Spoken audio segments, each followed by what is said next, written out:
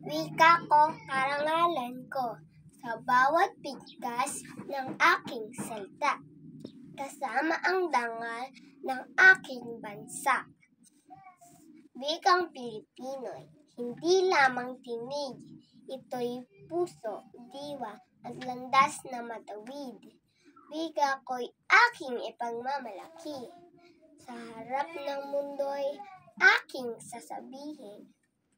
Hindi ako banyaga sa sarili kong lahi, pagkat ito'y sagisag ng pagkakakilanlan lagi. Gamitin sa tula, awit at dasal, sa usapan, sulat at pananaliksik.